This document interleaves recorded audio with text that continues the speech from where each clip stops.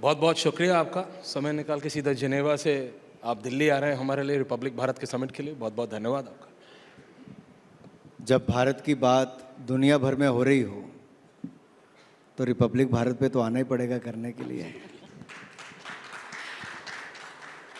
अनुराग जी, आप चुनाव के बाद एक धुआंधार स्पीच के बाद हमारे मंच पर आए हैं।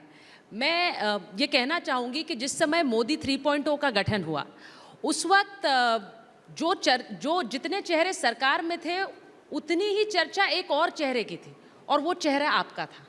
और वो चर्चाएं इसलिए थी क्योंकि मैं सीधा सवाल पूछूंगी, लोगों ने कहा अनुराग ठाकुर अब संगठन की एक बहुत बड़ी जिम्मेदारी निभाने जा रहे हैं, तो क्या अनुराग ठाकुर एक बड़ी जिम्मेदारी के लिए अब तैयार हैं? मैं जब राजनीति में आया तब अरुण जेटली जी का उसमें बहुत बड़ा रोल रहा कि वो पकड़ के एक तरह से राजनीति में लेकर आए। एक कार्यकर्ता के रूप में काम किया वर्षों तक। पार्टी ने जो जो जिम्मेदारियां जब दी, चाहे युवा मोर्चा के राष्ट्रीय अध्यक्ष के रूप में दिया हो या सांसद बनने के बाद कई भूमिकाएं मिली, मोदी जी के नेतृत्व में काम करने का 5 साल मंत्री के रूप में अवसर मिला। कभी कोई इच्छा व्यक्त नहीं की कि मुझे ये चाहिए वो चाहिए।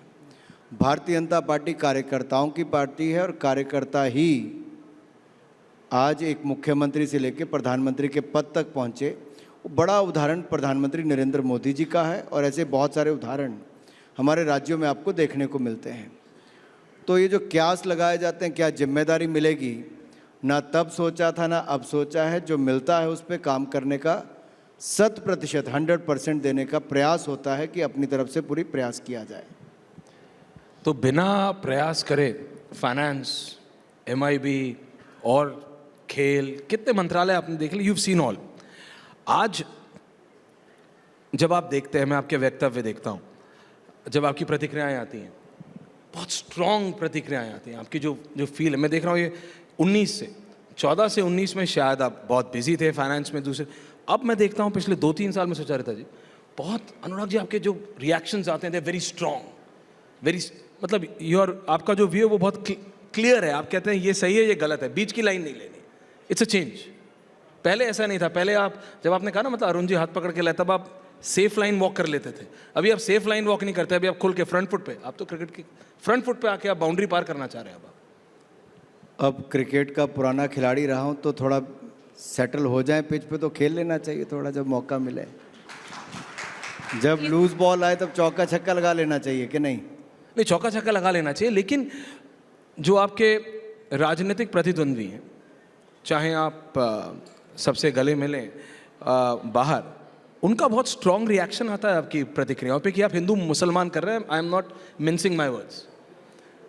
2-3 नेताओं को लेके बीजेपी में, बाबा योगी आदित्यनाथ, हेमंत बिश्वा शर्मा और तीसरे अनुराग ठाकुर, कि ये 3 नेता ऐसे हैं जो जानबूझ के हिंदू मुसलमान कर रहे हैं। तो let me ask Anurag Thakur ji, क्या आप हिंदू मुसलमान कर रहे हैं? हम सबका साथ सबका विकास इसी सोच के साथ राजनीति को आगे बढ़ाते हैं और सेवा भी करते हैं। सरकार, अगर आप 10 साल मोदी सरकार को देखेंगे, अगर 4 करोड़ पक्के मकान मिले, 12 करोड़ शौचालय बने, 13 करोड़ घरों को नल से जल मिला, 11 करोड़ से ज़्यादा महिलाओं को रसोई गैस का सिलेंडर मिला, 55 करोड़ बैंक खाते खुले और 60 करोड़ लोगों को 5 लाख रुपए का इलाज मुफ्त में मिला, 80 करोड़ लोगों को 5 किलो अनाज मुफ्त में मिला, तो किसने पूछा कौन हिंदू कौन मुसलमान? हमने तो सबका साथ सबका विकास किया है और आगे भी करेंगे। लेकिन रिजल्ट के बाद तो पूछा ना कि वोट नहीं मिला। रिजल्ट वोट नहीं मिला ना, ये आंकलन आप करते हैं, आपका काम मैं है। नहीं कर रहा, बीजेपी के नेता कर रहे, ऑफिशियली कर रहे, बीजेपी के लीडर्स कह रहे कि हमको एक वर्ग का वोट नहीं मिला। हमने सब कुछ किया लेकिन वोट नहीं मिला। मैं आपको एक बात कहूं, वोट देने का अधिकार हर इंसान का अपना, किसी को वोट दें। जब आप चुने जाते हैं तब आप किसी एक जाति धर्म संप्रदाय के लिए नहीं, आप पूरे उस क्षेत्र के लिए चुने जाते हैं। अगर आप देश में जिम्मेदारी, तो पूरे देश की जनता के लिए चुने जाते हैं। तब आप ये नहीं देखते कि कितने % लोगों ने और किसने आपको वोट किया। आपकी योजनाएं, आपके प्रोग्राम्स, ये सारे पूरे समाज के लिए होते हैं, देश के हित में होते हैं। ना कि किसी जाति धर्म को देखकर होते और ना ही ऐसा होना चाहिए। मैं तो इसके बिल्कुल विरोध में हूँ। किसी को अगर ऐसा ही होता तो कांग्रेस ने तो सारी उम्र जिनका वोट खाया, अगर आप जाति धर्म के नाम पर देखेंगे तो कांग्रेस ने सारी उम्र जिनका वोट खाया, जिनके नाम पे जीते रहे, उनके लिए कुछ नहीं किया। सबसे पिछड़े रहे तो अनुसूचित जाति वर्ग रहा, अल्पसंख्यक रहे। लेकिन अगर इन सबके लिए सबसे ज़्यादा किसी ने किया है तो नरेंद्र मोदी जी की सरकार ने, भारतीय जनता पार्टी ने किया है। हमने वोट देख के नहीं किया, हमने वोट देख के नहीं किया, हमें लगा पिछड़े हैं, हमने इसलिए किया है कि उनको आज भी देखिए, नहीं तो पक्के मकान कांग्रेस ने बना दिए होते, रसोई गैस का सिलेंडर दे दिया होता, पानी का कनेक्शन दे दिया होता, तो मोदी जी को करने की जरूरत ना पड़ती। लेकिन वो कहते रहे गरीबी हटाओ, गरीबी हटाओ, गरीबी हटाओ। गरीब मिट गया लेकिन गरीबी नहीं हटी कांग्रेस के 60 साल के राज में। नरेंद्र मोदी जी की सरकार में 25 करोड़ लोग 10 साल में गरीबी रेखा से बाहर आए हैं, जो ये रिकॉर्ड है, ये हम इसको पूरे गर्व के साथ कहते हैं। और मैं छोटा सा उदाहरण आपके सामने कहूँ, हमने ये तो किया ही है। अगर आप देखिए 1947 से लेकर 2014 तक भारत का विदेशी मुद्रा भंडार 320 बिलियन डॉलर था, आज 700 बिलियन डॉलर है। यानी कि 320 बिलियन का दुगने से ज़्यादा हो गया, हमने 10 साल में कर दिया। हमारा एक्सपोर्ट दुगने से ज़्यादा हो गया। हमारी एफडीआई जितनी 10 साल में आई, कांग्रेस सोच नहीं सकती थी। हर क्षेत्र में हमने देश को आगे बढ़ाया। हमारी अर्थव्यवस्था दुनिया में 11वें नंबर पर थी, आज दुनिया की 5वीं बड़ी अर्थव्यवस्था भारत है, और अगले 3 साल में तीसरी बड़ी अर्थव्यवस्था भारत बनने वाली। एक्सपोर्ट एफडीआई तो बढ़ गया सुचारिता जी, लेकिन पेट्रोल का प्राइस भी तो बढ़ा है ना? वो बोला था आप लोगों ने, आप तो 11 अशोक रोड आप भूले नहीं है ना?